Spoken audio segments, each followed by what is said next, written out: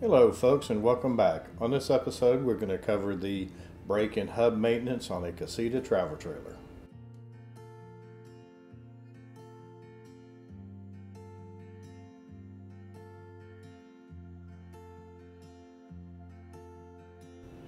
This all began on our last cross-country trip in Utah in the middle of nowhere.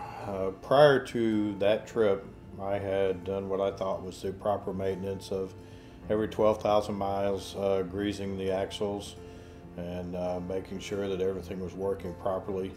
But I had never physically taken the brakes apart, and I had never physically adjusted the brakes. And that's a big mistake, so let's go over what's required to do all that. The first thing I recommend doing is going to Dexter Axle's website and downloading the service manual that you see here. It contains all the information for maintenance and intervals. To begin with, go ahead and jack up your trailer using a floor jack. I then use the jack on the rear of the trailer. You can see it down, and then to the front of this is a jack stand. So I've got 3 points actually holding this trailer up, and then go ahead and take your tire off. We're going to start here on the driver's side. This is the side we had the problems in Utah. You can see where the hub got super hot. And basically what happened is there's a adjuster spring that broke in the bottom that allowed the adjuster to come off, which eventually allowed one of the brake pads to come off, which locked up the hub as we were driving down the road. First thing we're going to do here is we're going to pull the retaining ring off of the hub nut. It's going to be just this brassy looking ring that holds the nut, keeps it from spinning while the axle's turning. While the hub's turning. We're actually going to change the style that we use here. We're going to go to a different style once we put it back on. But you're going to use an 1.5 inch socket to take this off, and you're just going to unscrew it till that nut comes completely off.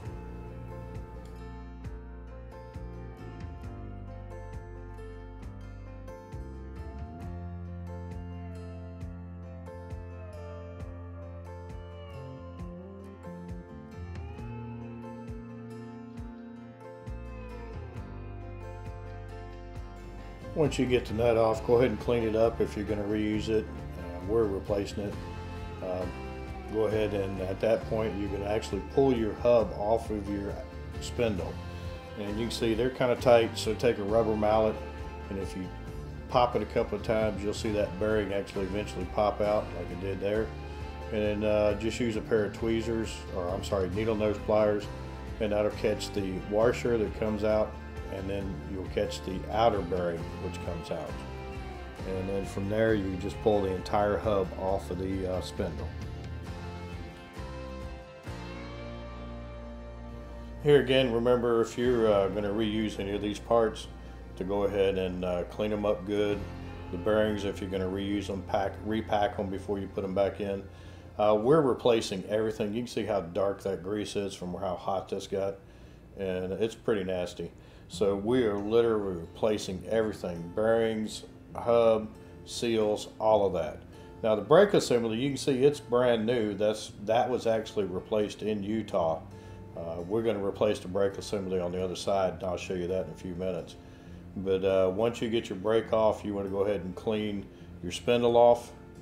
And after you get your spindle completely clean, you can actually feel the bearing surfaces and make sure that they're smooth. Make sure there's no gouging, there's no routing. I mean, they want to feel like glass when you rub over the actual bearing surfaces. Here's where I'm going to actually check the bearings. That's the inner bearing surface right there, and then that's the outer bearing surface. Like I said, you want to check those and make sure that they're smooth and there's no marring or anything on those.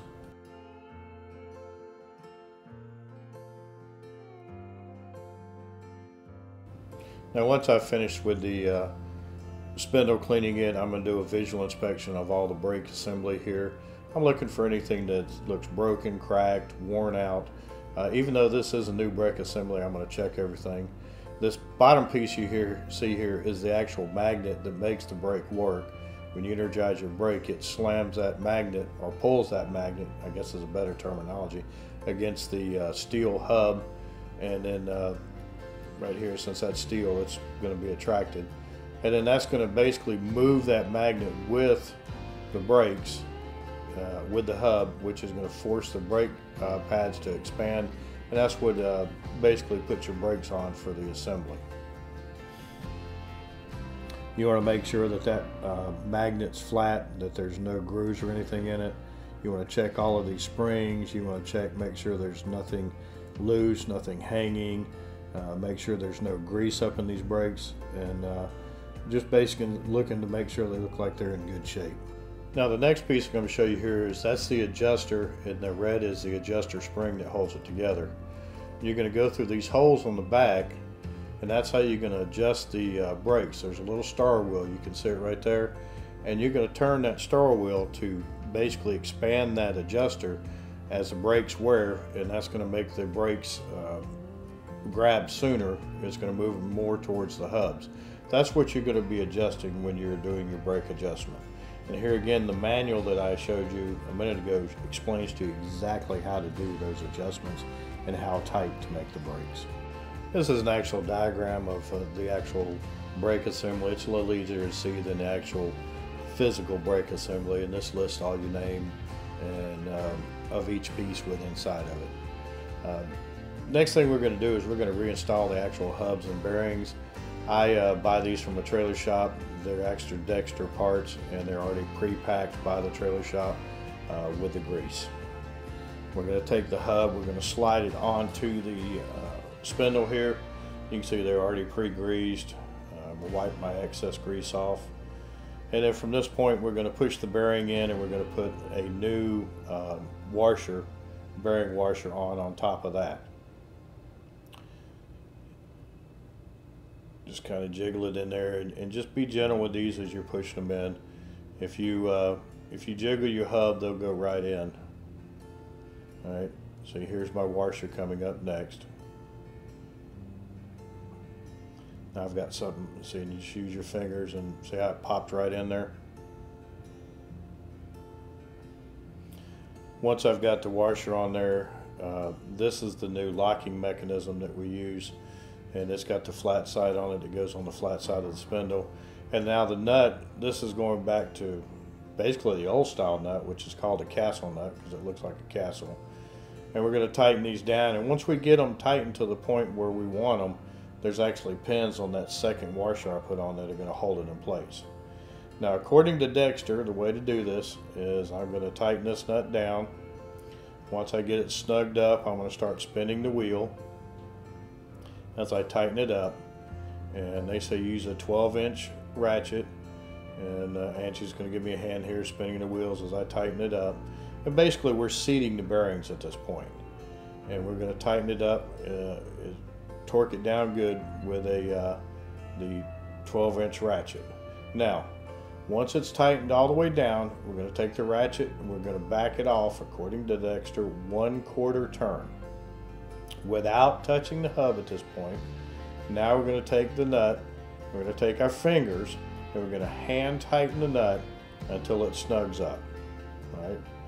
And then once it's snug, we're going to take the little pins over here on the side from that new washer, and we're going to bend one of those pins down into the castle nut. This is going to manually keep that nut from coming loose as your hub is spinning down the road. And you can see there, I'm just doing it till it's nice and tight, and see then there's the pin that I'm going to actually bend down in there. But the key here is we're going to use the wrench to seat the bearings, and then we're going to back it off 1/4 turn, and then we're going to use our fingers only to snug it up again, and then we're going to lock it down so it doesn't move. And you can see the hub turns freely at this point. Now, even though the bearings are pre-greased, we're going to go ahead and pump grease in here until we see grease come all the way through. This is the Easy Lube axle, and as we pump grease in, we're going to spin it to make sure the bearings are completely filled, and then we're going to pump it up until we get grease coming out of that outer bearing.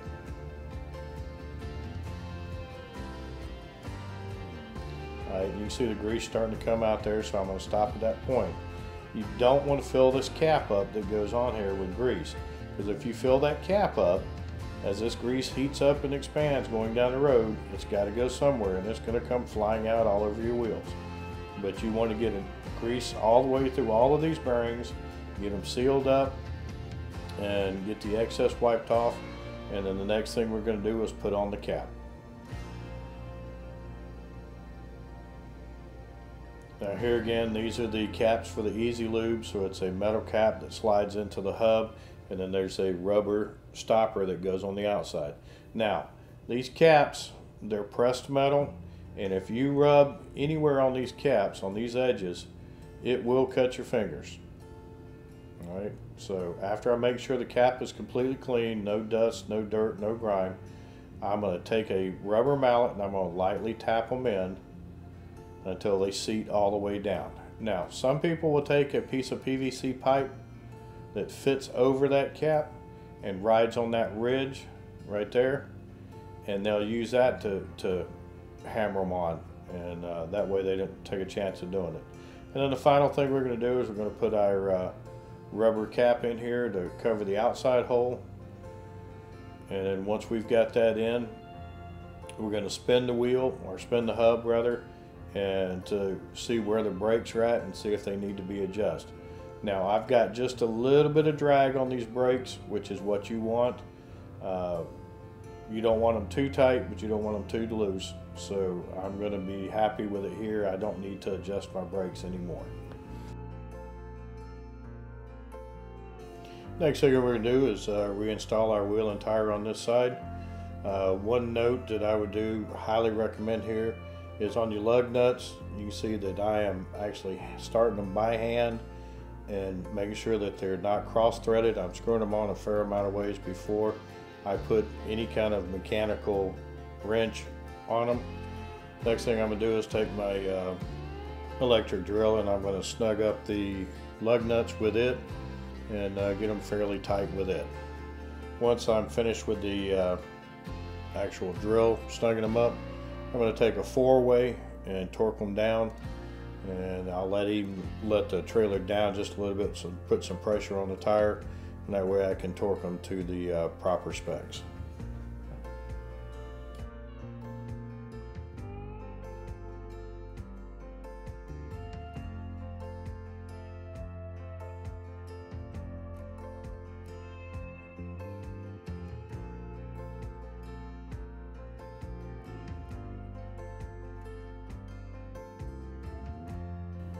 Alright folks, well let's go ahead and move to the passenger side, and this picture shows you what it looks like with everything put together, but I've actually pre-taken a bunch of things apart so that we can actually get in here and I can explain some items to you.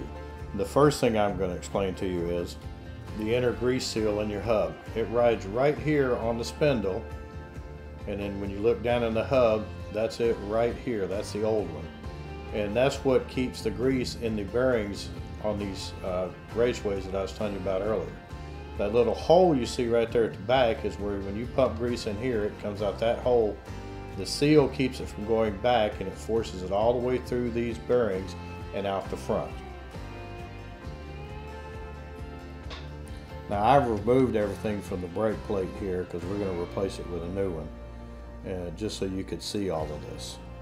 I've removed the 4 nuts. They're 11/16 on the back side of the plate. You can see the 4 holes right here, and taking the plate off. So the next thing to do is I'm going to get my wiring ready. Going to pop off the tie wraps here, take the old wires off of the trailer wires, and take those out. And we're going to get ready to put the new brake assembly on.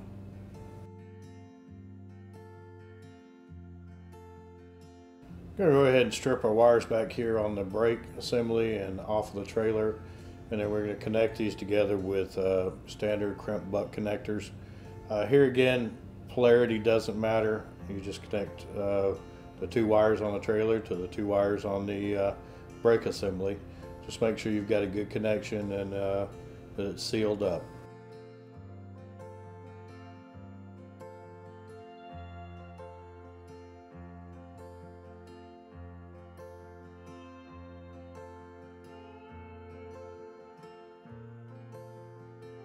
Next, take your brake assembly, put the 4 studs on the back of it through the 4 holes on the trailer.